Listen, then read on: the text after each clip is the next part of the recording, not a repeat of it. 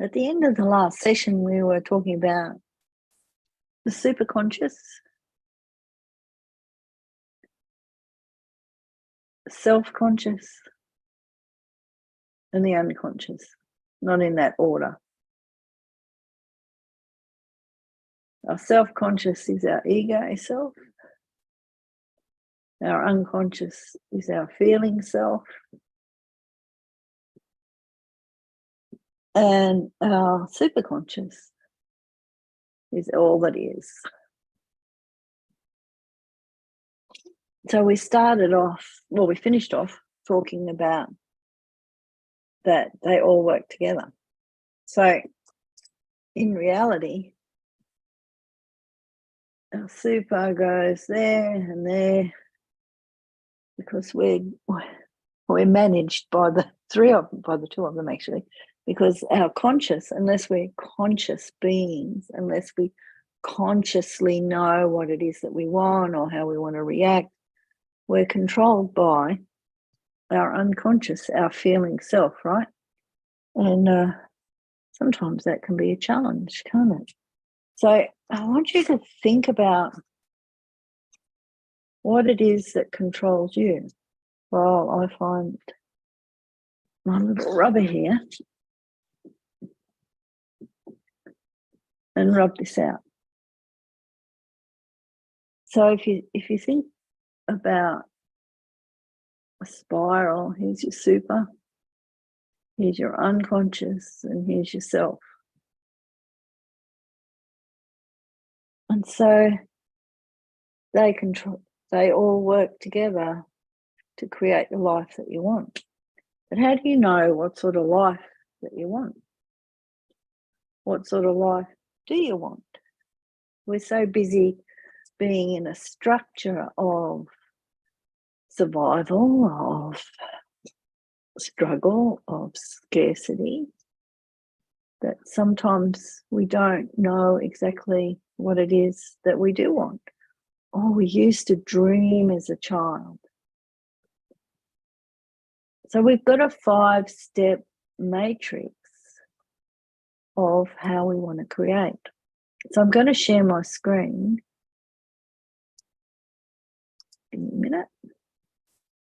And talk about the 5 steps, this matrix that we want to become a conscious creator and create what it is that we want. First of all, we have to learn how to align ourselves with our true choice. So what is a true choice? True choice is something that comes from the heart, something that you want to do just because you can. Not because you have to, not because it's fixing, but something that really makes your heart sing. It might be living in the forest, it might be living by the beach, it might be skiing, it might be flying around the world or having adventures, just because that makes your heart sing. It might be being of service to the planet, might be being an environmentalist, or it might be a coach or a mechanic or a plumber. Could be any of those things, but they're choices that you're making because they're things that you want, not because you have to. Not because if I do this, it will move me out of this situation. What is it? And things people talk about is if you do what you love, life will flow. And that's true to a point, but also you need to earn a living, right? Unless you're retired, or unless you've made all your money and now you're just want to live that life that you love, that you've planned, that you desire. And now it's your turn to do it. And there's nothing wrong with that either. But we have to think about these choices that we're going to make. And when we make the choices, then we have to create the proper structure to pull ourselves into that choice. And then we have to step into the emotions of it. And then we unplug, decode and recode, and then we take the correct action steps. And when we start to do those steps, that's when the magic starts to happen. And so we need to think about as well how we embark on that journey, how we embark and let go of those shackles of fears, that unconscious programming, the cultural, societal, familial beliefs. All these things have an effect on us as we move towards the things that we want to create. And really, we're unlocking the magic of abundance. We're unlocking that magic of creativity that we hold within us, that we were born with. If you remember the diagram that I went through, I'll bring it up again.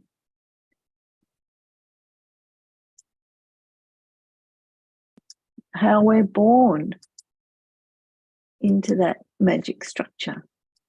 We're born into being that amazing child who is a creator, who is limitless, who is born in wonder and innocence. And then just as we go through life, we get wounded. As we go through life, we get caught up in our own beliefs and patterns. And so as we come into this new structure that we're going through, at the moment, we're letting go of that old structure, that old programming. We're creating a new structure, so we're getting a different sort of tension. And we're moving forward, if you like, catapulted in some cases, into these choices that we want to make. And it's really exciting when we start to do that. So while I'm talking to you, I'm just going to find the right pages that I want to share with you. Because you want to have clarity around what you do want. Neuroscience, philosophy, metaphysics, they all agree that we have all these fields of information around us. And if you talk about energy fields, we know that we have an aura because through Kirlian photography, they've taken photos. And we know that energy field changes every 20 minutes because they've followed it through that photography. And so for our purposes, we're sticking with self-conscious, subconscious, unconscious, and superconscious fields because they're the fields that we have most around us. And let's just review that again. Our self-conscious is our ego, our egoic agenda, our identity. And that's what identifies us through awareness of our body, through the environment. So we're both conscious of the world around us, its features, the colours, the sounds, the objectives, as well as of ourselves and our personal existence. And what I mean by personal existence is our character traits, our thoughts, our feelings, our behaviours. And we're really conscious of ourselves as individuals and of our own thoughts, our own feelings, our own actions, and it's subjective. Our self-conscious is subjective. It's about today, the present. And the goal of our self-conscious is to live the best life possible. And the conscious mind has the power to intend or to choose, which makes it really powerful as the power of conscious choice stabilizes the power of creation, meaning that life is continually happening with new ideas, relationships, feelings, possibilities. And choice is a function of the mind, will, and focus. Isolates a single specific possibility out of the field of infinite possibilities and begins to stabilize it. We then gain empowered choice by isolating that frequency and removing it from the multitude of all other possibilities as it can bring it into being. Most of us think of self-conscious as a teenager. I was very self-conscious. I was like a stick, skinny People thought I had anorexia. So I was always self-conscious about my body and how I looked. And I had to try to hide myself because I was so skinny. Look at me now, changed woman. And so often when we think of self-conscious, that's what we think of. But in the broader terms of self-conscious, it means that we're aware of ourselves, very aware of who we are. Even though unconsciously we move through the world, some of us have more awareness of our physical body than others, we still are self-conscious. We still are in that egoic identity of who we are and how we interact with the world. And just going over the subconscious and unconscious again, and really that's our feelings. It creates programs and runs the body through automation. So when we consciously learn something new, like when we learn to walk, or when we learn to walk up steps, or when we learn to tie our shoelaces, if you have shoelaces, or do up buttons, or clean our teeth, or brush our hair. When we learn those steps, then it becomes an unconscious movement. How often do you think and remember brushing your hair, or cleaning your teeth, or if you're a man, having a shave, or whatever? And sometimes you leave the house and you go, oh, did I turn that off?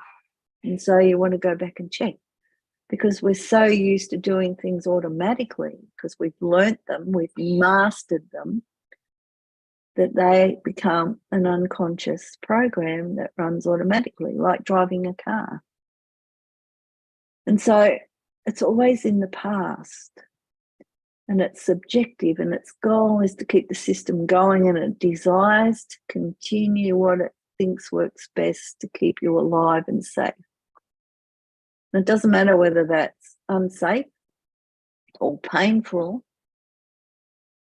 to you, the self-conscious part, but to the unconscious part, that's what it's learnt, that's what the programming is, and it's not going to change it. And so the unprocessed residues of thoughts, actions, and memories are stored. And that's 95% of our programming of our behaviors. When we live unconsciously, it's in charge of our attitude, our actions, our behaviors. It has a memory, because obviously it has a memory, because it's like a big, huge computer that's storing all this information, but it doesn't have the ability to come up with innovative or new, unique ways to generate outcomes. But it can choose to keep you safe through the programs that it already has running. So when you think about that, some of the programs we have running are generational, are being stored over lifetimes, and we're still running them. And you can see this on the planet at the moment when we're looking at really old beliefs and grievances that are like thousands of years old that are still being played out, even though we're in an entirely different century. And then we have, of course, the superconscious, which defines itself as really that higher level of awareness. It's coded information that it encompasses energy and consciousness.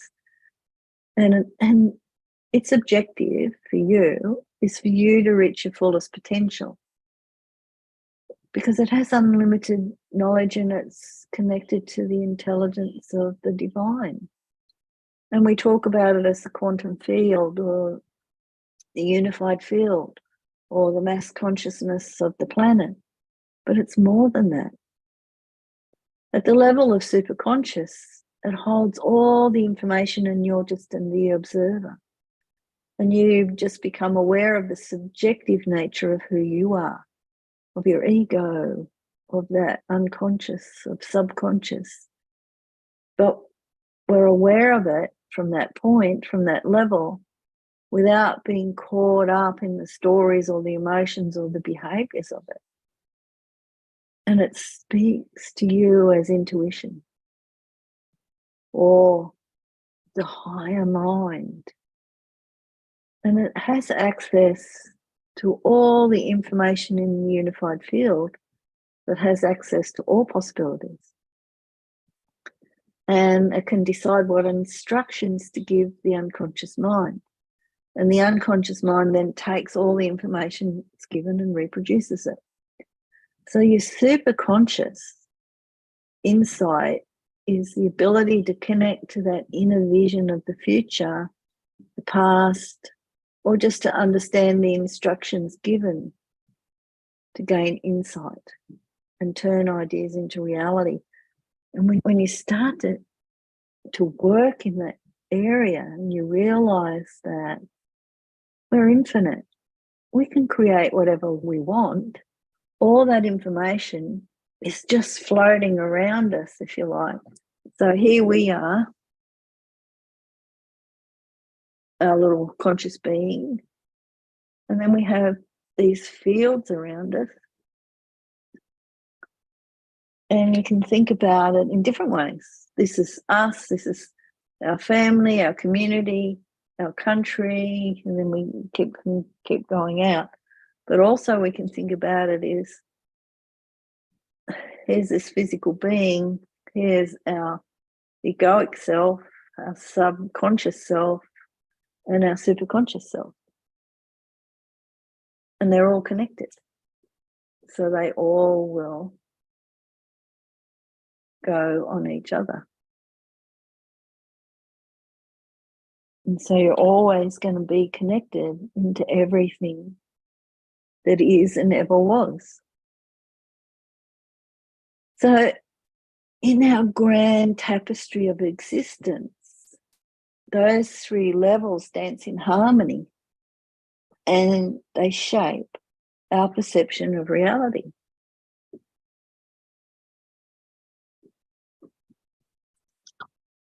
So we have our current reality. I'll call it CR. And our current reality is just a mere reflection of all our beliefs. And it often stands in the way of our desired reality. So here's our desired reality here. This is where we're heading, right? And we want to move from our current reality to our desired reality. But our unconscious, in its quest for safety, keeps us tethered to the familiar, and it hinders our quest for growth because our identity is here.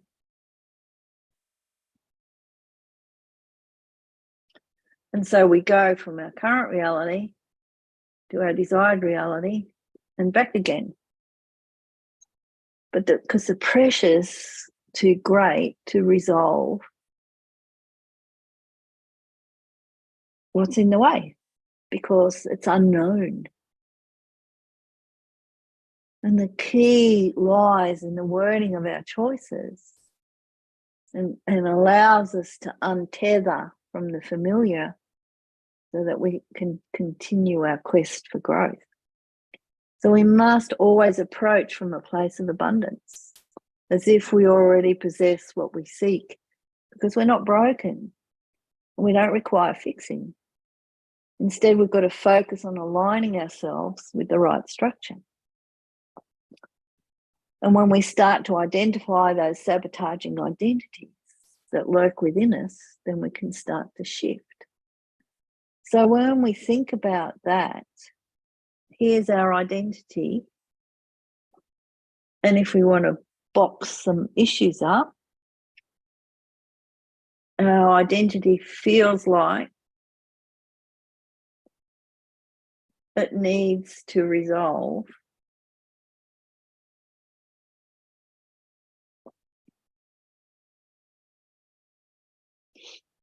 beliefs of self, because that's what we've been told.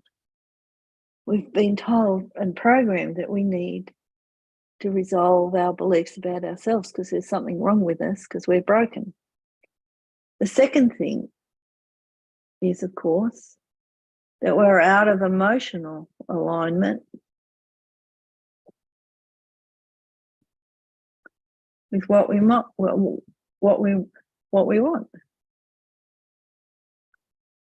Because again, we've been programmed to believe we can't have it, because no one in this family's ever had it. Money doesn't grow on trees. You have to work hard. If you have it, you'll lose it. So we have all these identities.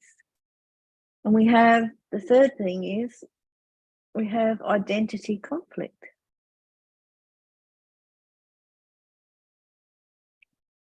Because on the one hand, we can see other people have it. We can identify with that and see that it's possible. But then our own unconscious identity says it's not.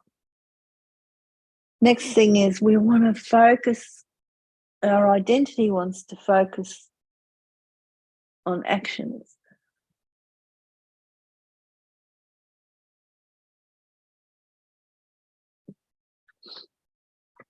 But sometimes they're the wrong actions, aren't they? It's a FOMO, fear of missing out. So you get the next shiny object and you start to do that and it's not working. And then we go into past events. Every time we've tried, we've failed. Then we get into reactivity.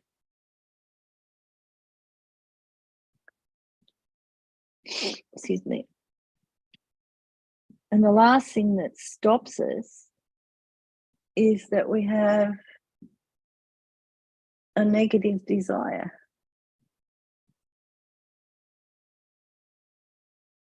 What do I mean by that? What is a negative desire? A negative desire is something that you want because you can't, I've got no money, so I want $1,000. And so all I'm doing with that belief is going, my desired reality, if you like, is 1K. So that's my current reality, is nothing. So I want $1,000 to pay the rent and the bills. My desired reality is that. So I head towards that. And it's never going to be enough, is it? Because it's always going to be negative. So, all right, I get that, so that then our unconscious mind is always looking for more money. I'm always looking for more of it. And I'm never satisfied with what I've got. And so that really makes it hard for us to shift and change our mindset, because we're still stuck in the same problem-solving structure that society gave us. Because everything has structure. And once we learn that everything has structure, then we can learn how to utilize that structure. So water has a structure, a chair has a structure, building has a structure, cars have a structure. And we learn that our focus is what creates our reality. So once we learn the structure that we want to be in, we can start to create what it is that we want. So when we start doing this work and we want to make those true choices, there's 9 identities that we step into. I'll just share my screen again. All right, and we talk about this. I'm not good enough. I'm not worthy. I'm not capable. I'm insignificant. I'm not perfect. I don't belong. I don't know enough. I don't deserve. I'm not safe. All these are unconscious identities that we have that keep showing up to stop us stepping into what we truly desire. And then we have 8 ways that we create ineffective choices. So we do choice by limitation, which is choosing only what seems possible or reasonable. We choose by indirectness, choosing the process instead of the result. We choose by elimination, eliminating everything else so there's only one choice remaining, and then we do choosing by default. The choice is not to make a choice, so whatever results happen seem to occur without making a choice. All that's left is reacting. It's a reaction. Conditional choice, I'm not going to do this unless. Choice by reaction, again, is designed to overcome conflict. Choice by consensus, and this is really one you see play out all the time when you go out with your mates, with your friends, and you choose by polling everybody, asking them what they want, what they're recommending, and following the results of that. Choosing by adverse possession. And really, they've shown and proven it so many times that, first of all, you have to make a choice. That choice might be unconscious because we're unconsciously making choices every moment in every day. And we have to be really clear about making those choices and not leave it to some hazy metaphysical notion, because there's limitless choices that we can tap into. And it's really important that we tap into the ones that we want. So once we start to unravel all those threads, you can unravel the mystery of your choices. And we've then got to gaze upon our choice, our decisions with that discerning eye, and asking the questions that reveal the truth. Am I choosing to address my identities? Do my choices hold the power to affect change, or are they just but fleeting illusions that I'm just picked for no other reason than I'm just going to give it a try and I'm not really interested? Do I inscribe my choices as if they're already fulfilled? And one of the biggest things when we do our choices is that we be it to see it. We have our choice as if we already have it. And am I pursuing a true choice? Is it anchored in the acceptance of my desires, or am I merely seeking a solution to some fleeting problem that I have? So in essence, you've got to ask yourself, does my choice align with my deepest aspirations? Is it something that I truly want? And then we have to think about, what is it and how do I write it? So we write the words, don't we? I choose. I choose. So as part of this program, we work out our choices. We start off with thinking about, share my screen again.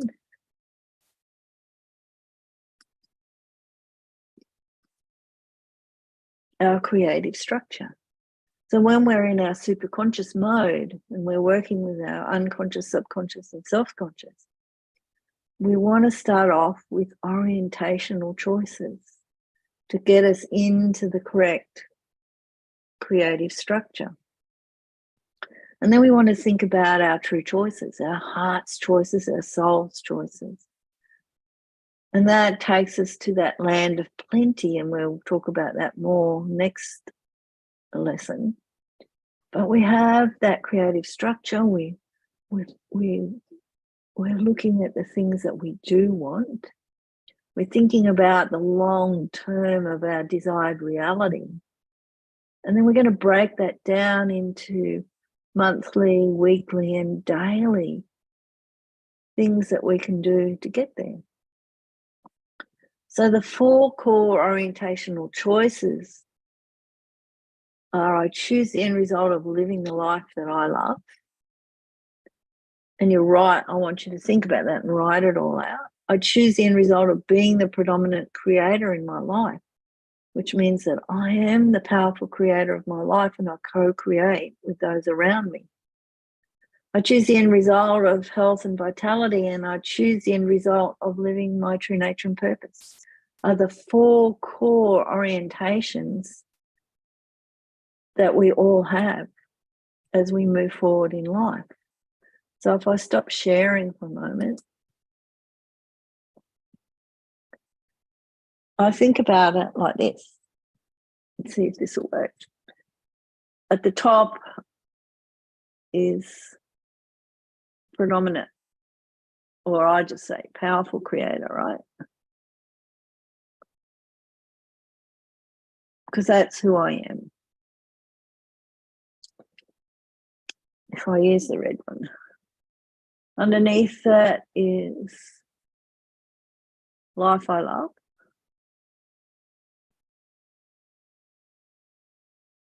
True nature and purpose.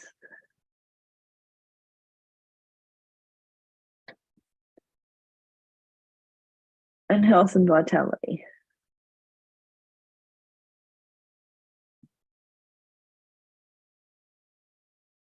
And then under here, so this is the magnificence of who I am.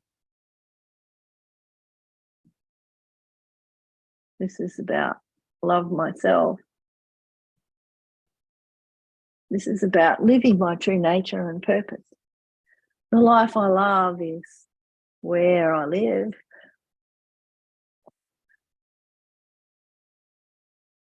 what I do, who I'm with,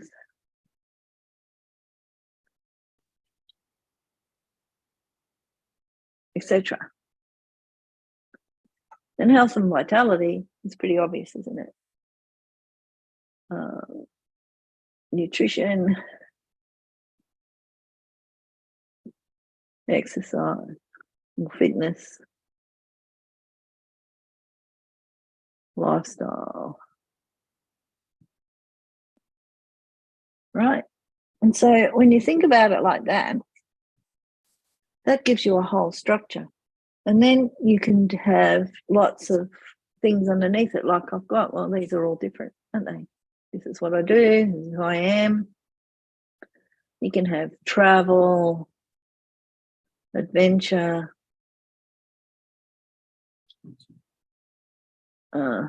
philanthropic.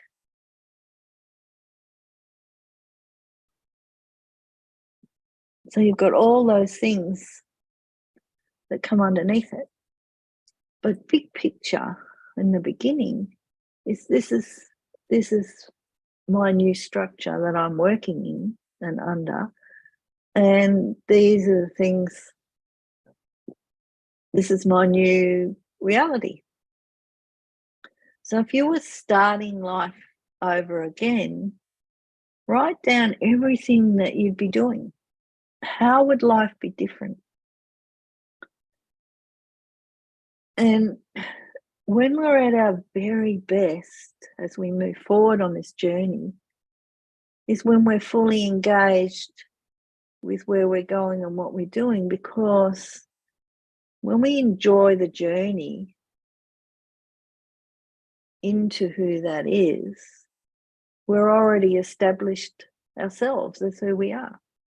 So we have to be it to see it. So thinking about that, all right, so you're choosing to be it. So with your choice, it has to be fairly specific, but not too specific. and tangible.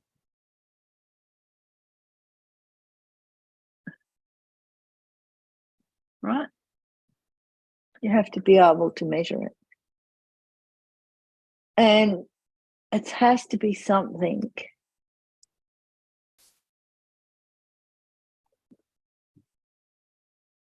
that you want.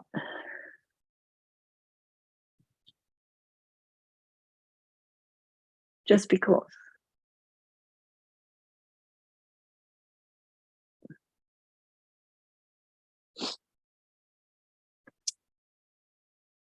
Not a process.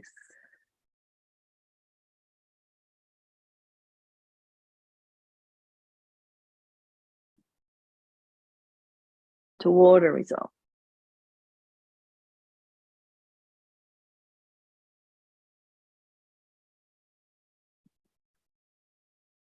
So sometimes that requires really clever thinking, as I said.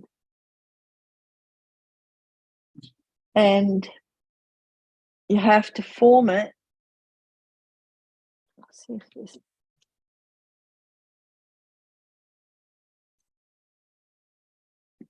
has to be written in the present tense.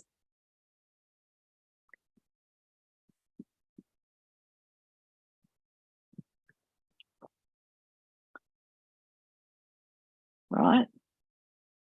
And they're really important things to remember when you're creating a choice. So it has to be fairly specific, but not so specific there's no allowance for things to happen for you, because that's one of the beauties of doing this work, is we become in allowance of what our superconscious brings to us that might be slightly different from the things that we think that we want. So when we're doing that and writing out our choices, we say, I choose.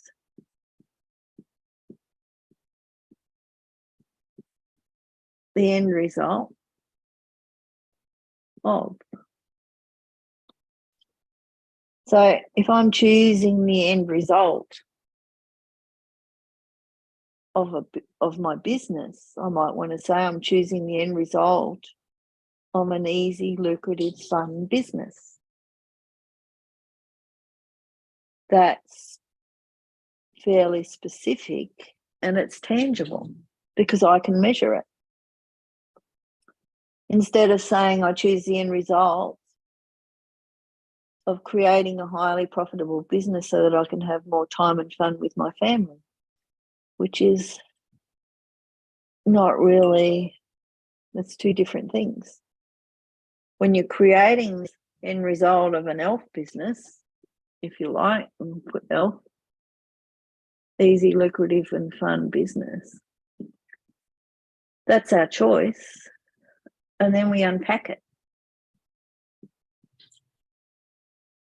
We unpack that,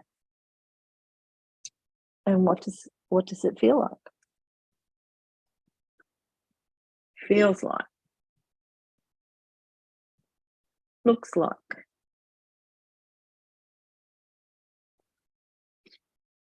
And that shifts the awareness and moves us into creativity of what it would feel like and look like. And so when we have that vision of what we want and where we're going, and we've chosen the end result of having it, then we can start to be in allowance of our superconscious. The other thing that we're in allowance of and have an understanding of is that our unconscious mind, who's there to keep us safe, who's there already programmed with all the things that we've learned from childhood, is going to bring up the patterns, the identities, the aspects, the beliefs, the emotions to keep us safe, how we used to be, not how we're stepping into. So it's we have to recognize that and move with that. So when you made those choices, we have to start training it, training our unconscious and our conscious mind into what it feels like and what it looks like. Describing it, envisaging it, imagining it, pretending that you're living it, even when you're not yet. And just realizing that as we keep doing that, as we wake up in the morning and we do the 4 core choices and we think about what our desired reality is going to be like, we're already programming our unconscious and our conscious mind that this is where we're going, this is who we're going to be. Because we've already created where we are today through our thoughts and our feelings. So it's time we started to create where we want to be tomorrow. So this is part 2, and next time we'll go even deeper and start to brainstorm and think about how we put these choices into practice. Thanks so much.